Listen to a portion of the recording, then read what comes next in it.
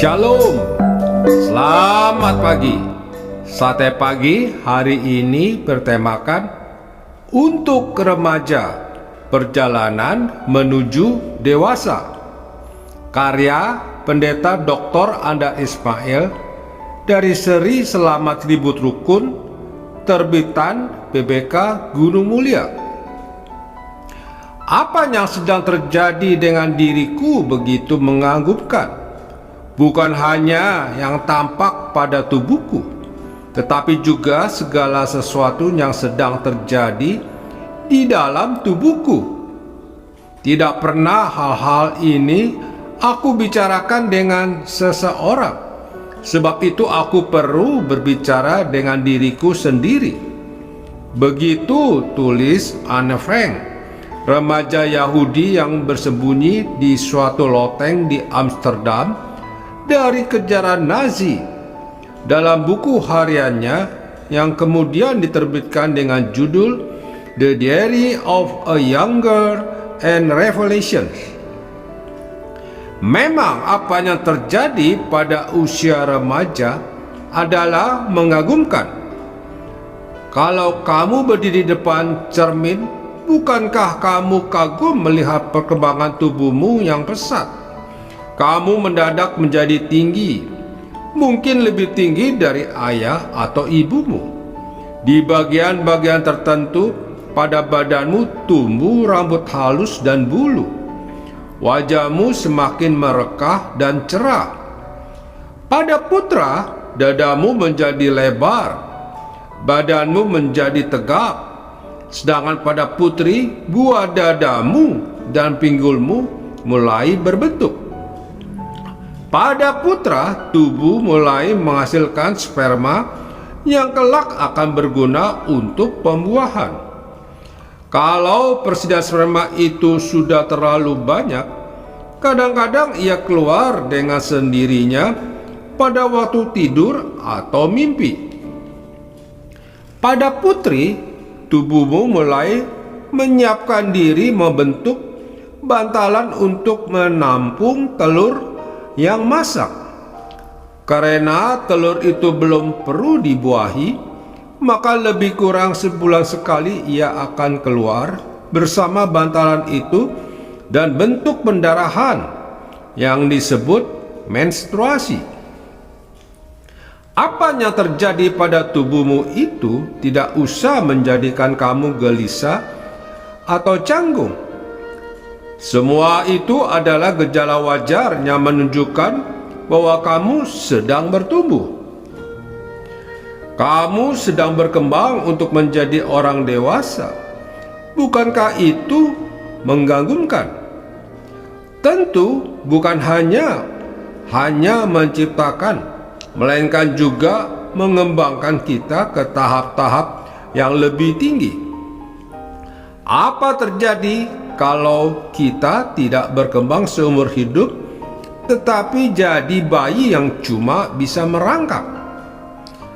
Juga teman-teman seusiamu bertumbuh, dan kamu sering memperhatikan mereka. Pasti ada banyak perbedaan antara kamu dengan mereka. Tiap orang memang berbeda. Ada putra yang sudah berkumis pada usia 12 tahun. Sebaliknya, ada yang sampai tua tidak pernah keluar kumis. Ada putri yang mendapat menstruasi pertamanya pada usia 9 tahun. Sebaliknya, ada yang pada usia 17 tahun. Demikian pula rambutmu, matamu, hidungmu, dadamu, pinggulmu, tinggi tubuhmu, semua itu mungkin berbeda dari temanmu. Tetapi itu tidak soal, sebab pertumbuhan bersifat individual. Berbeda dari kawan-kawan bukan berarti bahwa kamu kurang normal. Apa yang jadinya kalau tiap orang di dunia ini mukanya tepat sama? Sebab itu tidak ada alasan untuk malu ataupun bangga kalau hidungmu lebih kecil atau lebih besar dari kawan-kawanmu. Memang ada hal-hal yang bisa diubah. Kalau kamu terlalu pendek, mungkin itu bisa diatasi dengan banyak berolahraga. Tetapi kalau kamu merasa terlalu jangkung, wah, mana ada cara untuk memendekkannya. Nah, saya berharap sekarang kamu lebih mau menerima dirimu sebagaimana adanya. Tetapi kalau kamu masih gelisah setiap kali bercermin, saya punya usul. Tempellah sehelai kertas di cerminmu dengan tulisan, "Ya Tuhan, berikan saya ketenangan hati untuk menerima apa yang tidak bisa diubah, keberanian untuk mengubah apa yang perlu diubah, dan akal budi untuk membedakannya." Suatu hal tentang tubuhmu, beberapa bagian tubuhmu menjadi lebih peka terhadap rangsangan seksual yang kelak diperlakukan dalam hidup pernikahan. Meraba bagian-bagian tubuh itu akan menimbulkan rangsangan seksual, padahal rangsangan itu sekarang belum diperlukan. Perbuatan meraba-raba itu disebut masturbasi. Masturbasi tidak akan menimbulkan kerugian pada tubuhmu, tetapi hal itu dapat merugikan kepribadianmu. Kamu akan terjerat dalam suatu kebiasaan buruk yang di satu pihak akan melemahkan kemampuan mengendalikan diri, dan di lain pihak akan mengganggu suara hatimu dengan timbulnya perasaan bersalah. Sebenarnya, masturbasi menunjukkan sifat infantil. Bayi senang menjelajahi badannya. Ia memegang jari kakinya, mengisap jempol dan meraba-raba alat kelaminnya.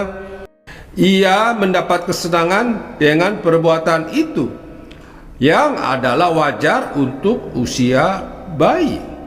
Meraba-raba seperti itu kadang-kadang dilakukan juga oleh anak berusia 2 atau 3 tahun yang kesepian dan kurang kegiatan. Tetapi apakah seorang remaja masih pantas mencari kesenangan dengan cara begitu? Masturbasi adalah sama infantilnya seperti mengisap jempol. Apa kamu tidak punya kegiatan lain? Usia remaja memang ditandai dengan banyak berkembangan, dan kamu sedang berkembang dari anak kecil menjadi orang dewasa. Kamu sedang berada di antara dua dunia, dunia anak dan dunia dewasa.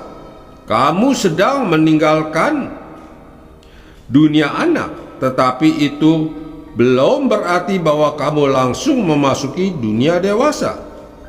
Menjadi dewasa tidak bisa terjadi dengan cepat. Sebab itu ada banyak perbedaan antara dunia anak kecil dengan dunia dewasa. Dunia anak kecil adalah bermain, ditolong dan dilindungi.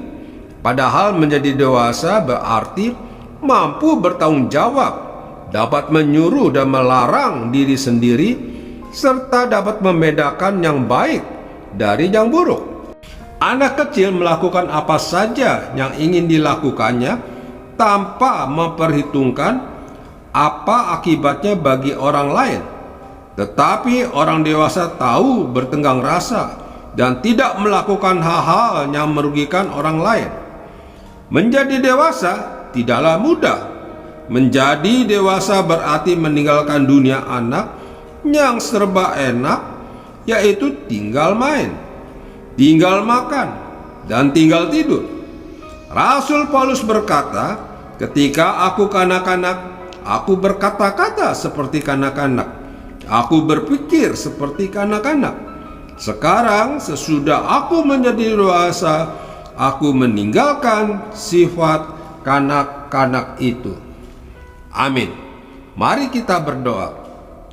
Bapa Surgawi, kami berdoa bagi mereka yang remaja, dan biarlah mereka dapat bertumbuh menjadi dewasa dengan menyertakan Tuhan dalam hidupnya. Amin. Yesus sayang padaku, Alkitab mengajarku, walau ku kecil lemah, aku